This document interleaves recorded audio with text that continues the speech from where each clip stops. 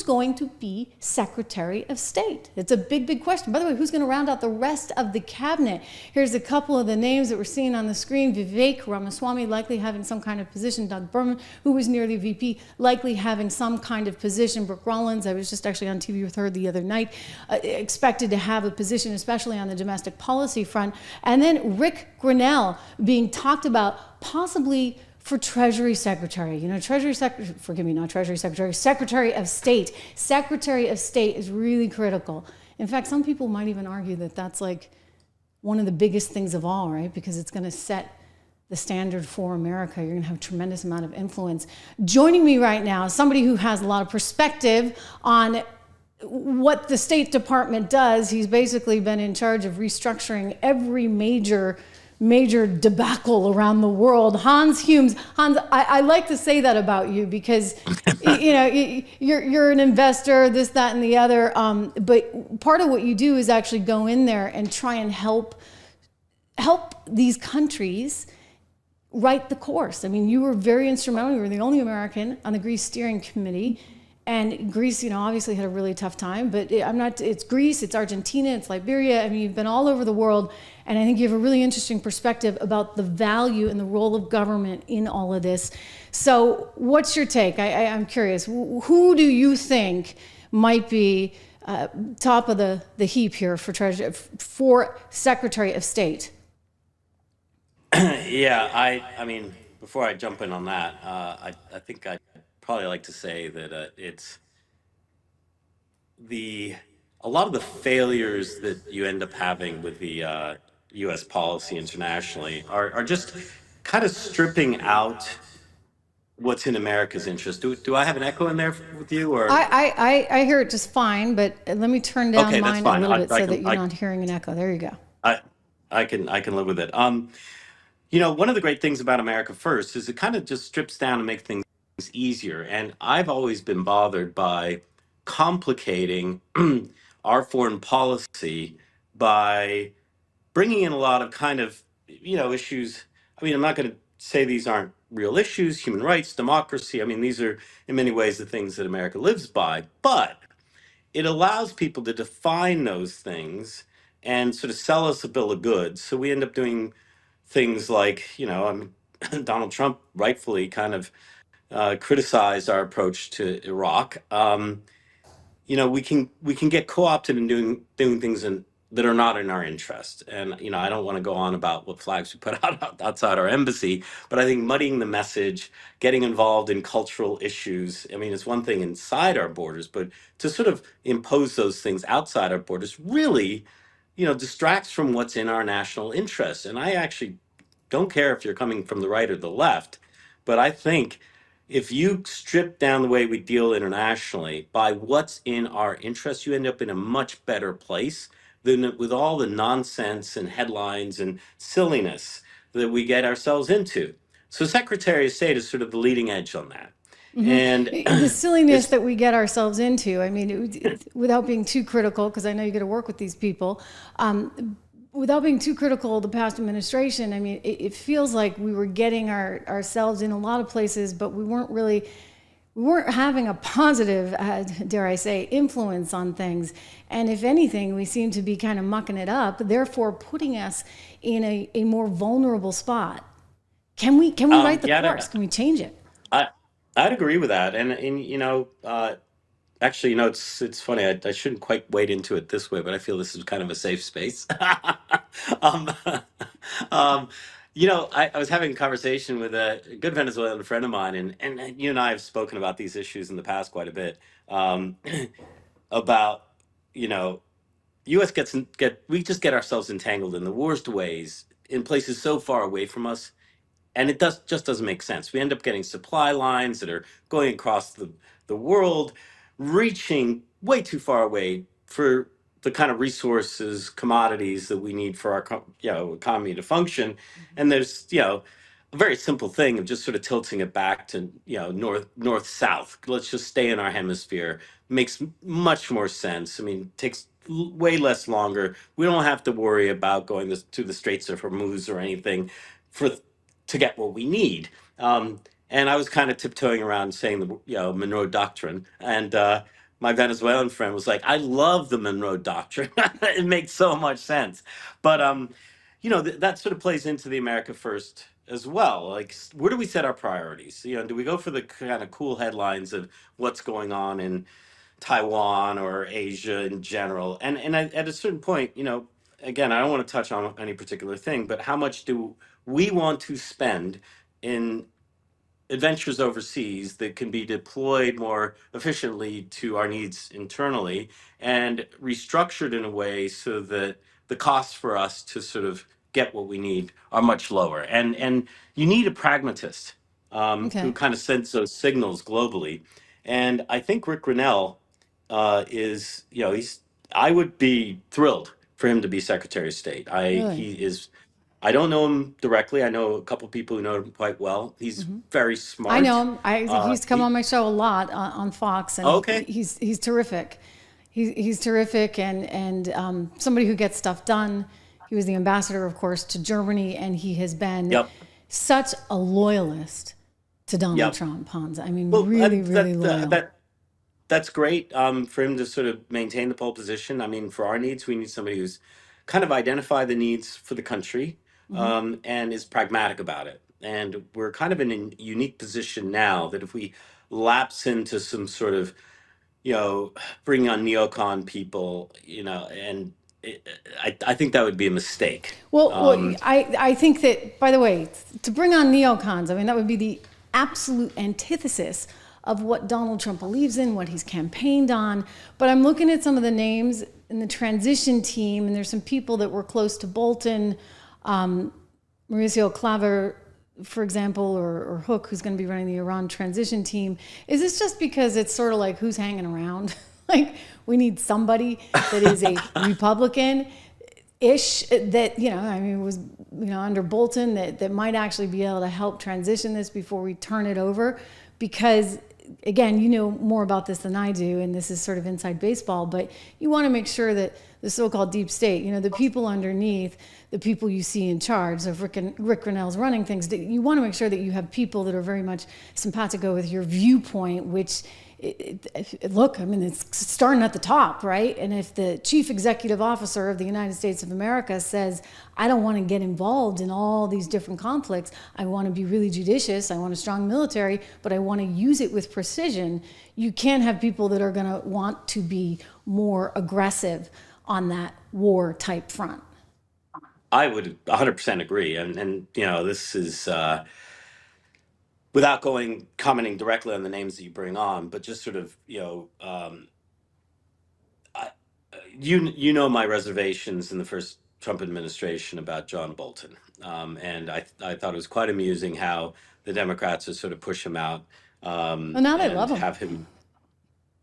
I know it's just the most absurd thing. It's like, wait a second, this guy is Donald Trump is right. The guy's kind of a warmonger. I mean, I don't think, and he comes from a contingent of the old Republican Party that uh, thank you very much. Guys, go on your way. You don't really belong in this new mindset, which is a much more accurate mindset. I mean, you don't want more warmongers. I mean, we've touched upon this before, but on the Latin America side, I think a pivot to Latin America, however you do it, as sort of tying the countries in economically, would be beneficial from everybody across the board. It would certainly strengthen the American position. Lapsing into this sort of old imperialist, post 1959, 1960 Cuba, the standoff with the Russian encroachment. Like, listen, then It's don't getting you do the nowhere, kind of though. things. I mean, all Yeah, it's that getting you open is poverty in Latin America and more people, coming up coming across the through the borders. border, which Yeah. is going to be, priority number one for him to fix. Right. And then, you also, if you sort of slap sanctions on a place like Venezuela, you'll exacerbate immigration. You also leave a vacuum for the Russians, the Chinese, the Iranians, which is nothing that we want. If you go back to these kind of like old Cold War warriors, the neocons, you're not going to be able to get done. If you put them in real decision-making positions, you won't get done what you want to do. And that is You just quit. mentioned something that is important. You mentioned sanctions, and a lot of people worry. Okay, sanctions. Donald Trump's going to come in, and he likes sanctions. I'd actually say, knowing him as I do and having had discussions about this, and heck, you don't have to take my word for it, just go look at him on the campaign trail, right? It's not Yep. sanctions as much as it is tariffs. And there's a Yeah, difference, tariffs. Hans, right? So Listen. walk us through that, because one can get really ugly really fast and is difficult to enforce, right? Let's face it, sanctions, I mean, heck, we sanctioned Russia, and guess what? Just They're like having a party because oh like my oil God. prices are higher. Great. Natural gas prices are higher. And they're still selling this stuff. But tariffs are different. It's brilliant. I mean, I can make myself unpopular very quickly in certain circles by saying it quite that way. Safe But I space mean, think of here on the show. what I mean. What are your three options if you want to kind of maneuver things internationally? And you can't just isolate completely, obviously. I don't think that's anything that Donald Trump is saying. But, you can rattle the sabers and, start threatening a war, sort of like old neocon John Bolton style. That doesn't make sense. That's in effect what you're saying is, we can impose pain on you while we're imposing pain on ourselves, but we can take the pain better than you. Yeah, it's okay, but you get a bunch of No, guys we don't want killed, to lose and lives. And it's let me tell you, he does not want to lose lives. right. And but that's underpinning it is you go to war, by definition, you're imposing pain on yourself. You just betting you can impose more pain on them until they give. Sanctions, yeah, you actually did a pretty good job in imposing pain on yourself, which you don't recognize, but the thesis is you're imposing pain on them without really imposing, pain on yourself. The reality is you're imposing short-term pain on them, like you did with Russia, until they adjust their system so that there's no pain. Meanwhile, you're constricting supplies for yourself, for your allies, blah, blah, blah. It's a really, I mean, this guy Jeff Stein in the Washington Post did a brilliant series on sanctions and the actual cost on them on the ground and on us. And I know 6-piece series, and maybe too much for some people, but for geeks like me in that area, it brilliant stuff. And it was just like talking about some place in Guatemala that got sanctioned because it's basically almost a bureaucratic error, and then the people there, oh, we're going to close down all the shops because they don't comply with some kind of labor something, Okay, and then so the how are people are tariffs different starving. though? So tariffs, Tariffs are basically, China great. wants to ship a whole bunch of stuff here and they want to basically undercut our market for it.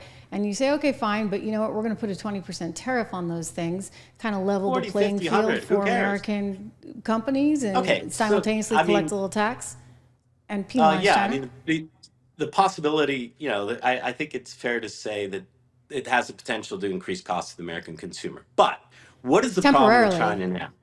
Yeah, I don't. Again, I don't want to get into it, but if you go to the thesis, like we can, we're going to go into something that may impose some pain on us, but we bet that it's going to impose more pain on who we're trying to maneuver. It's brilliant because it's a relatively small thing. If you impose it straight on China, you have plenty of producers who fill the gaps, right? Thing that the markets will adjust. We'll get our cheap goods. China is in a real problem. They're trying to export their way out of their economic problems. So it is if you have three choices, it's by far and away the best choice.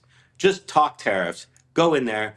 If you can't get them to sort of like react to some extent, like the Qataris are reacting with Hamas right now, in a different way, but you're going to get adjustments with China, and it's not like having a bunch of military exercises around Taiwan that will provoke them having military exercises. Your Right. I mean, potential just cost think is about it way financially instead of it's militarily. and it's so much better than sanctions. It's so much smarter. I mean, it's like, you know, talk the talk, say, we're willing to do this.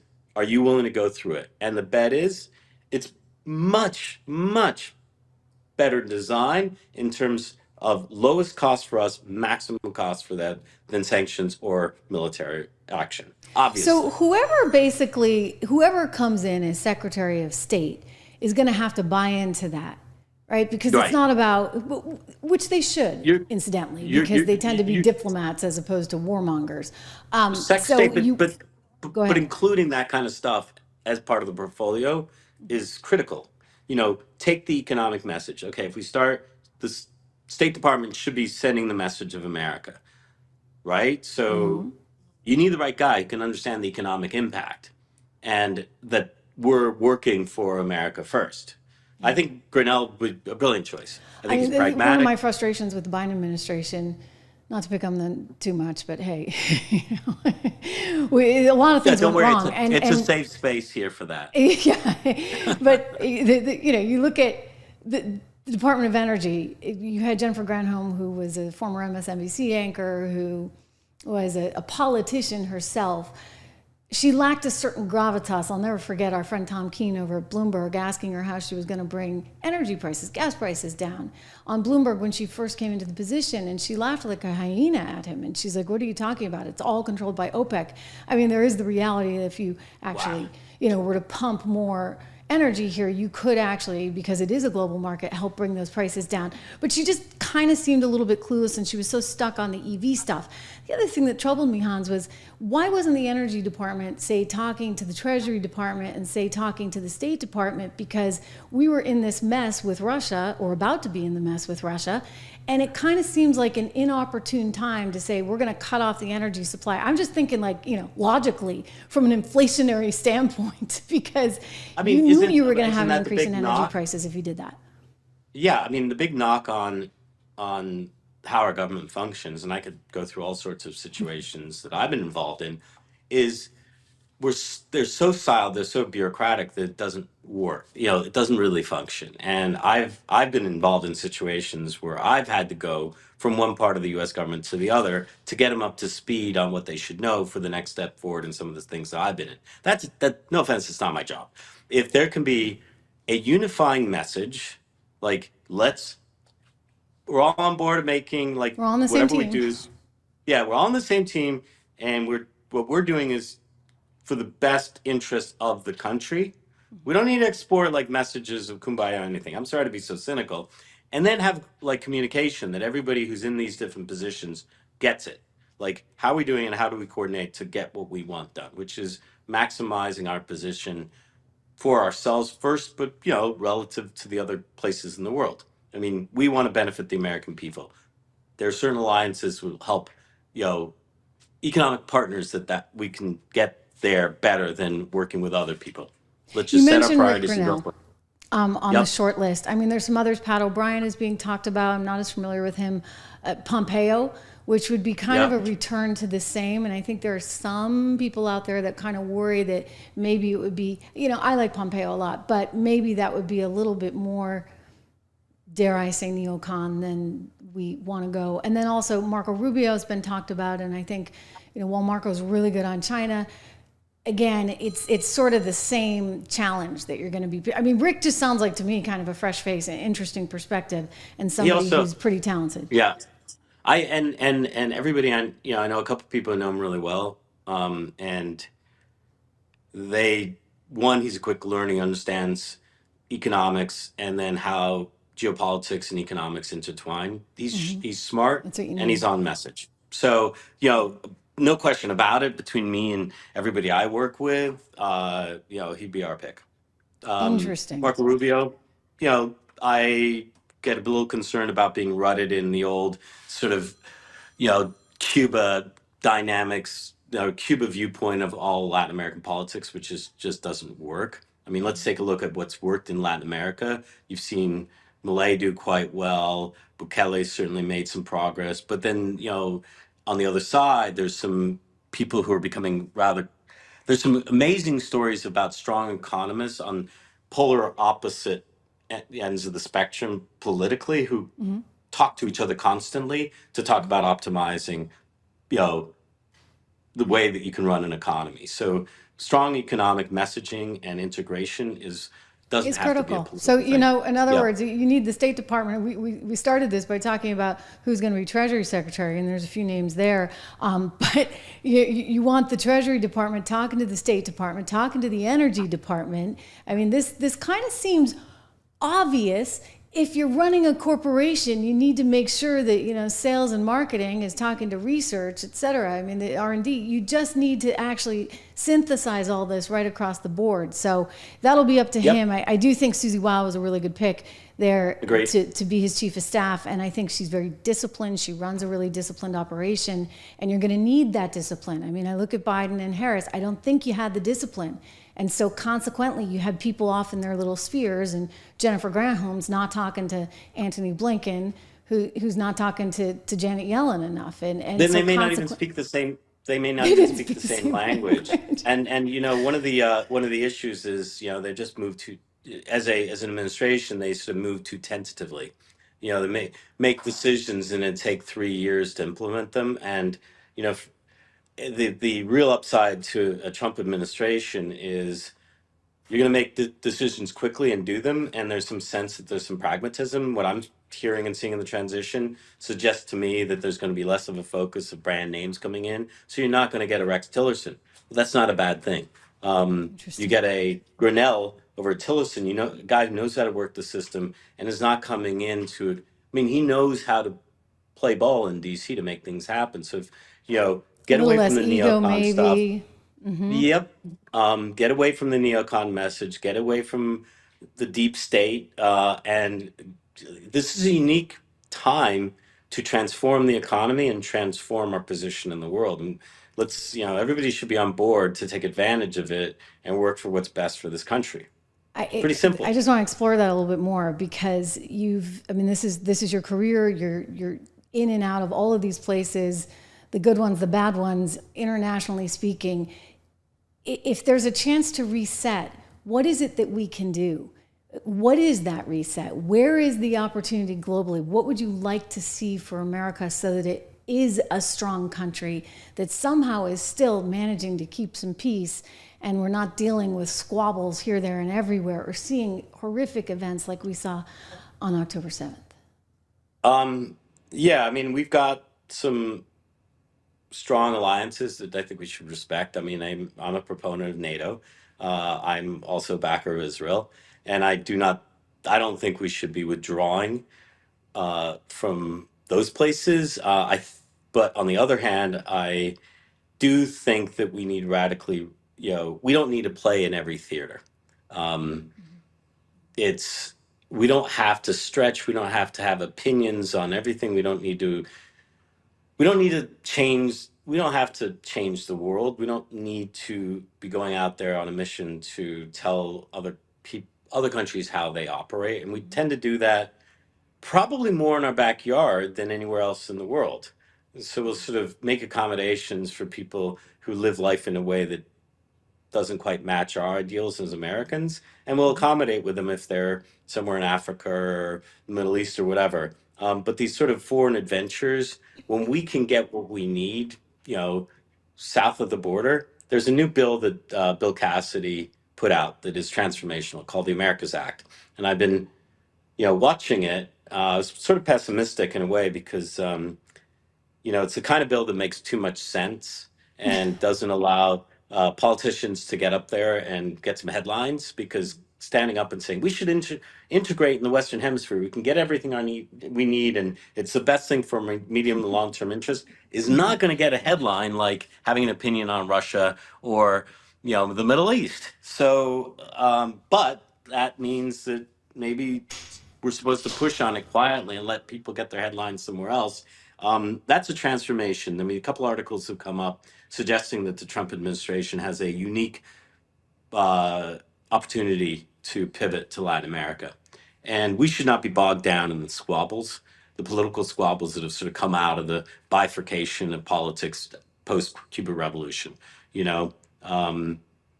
I think you get a Boric being sworn as president for Chile, and he was the leftist who won. And under the Biden administration, I think they sent some, deputy undersecretary of whatever to his inauguration. Well, that's a good way to piss the guy off. And this guy's lined behind the U.S. up, with the U.S. in every single issue. He's really shown himself to be an ally.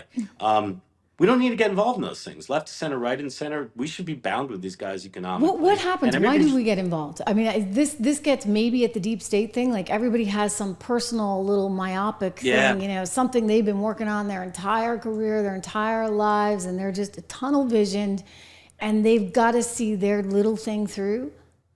I think so. And then you have this whole thing that anybody wants to come into the you know, influence the United States policy, hide, just uses democracy, human rights, and they bang the drum, and then they get in with some part of the bureaucracy and in DC, and then you get a champion, and then we get involved in things just none of our business. Yeah. You know, Yeah.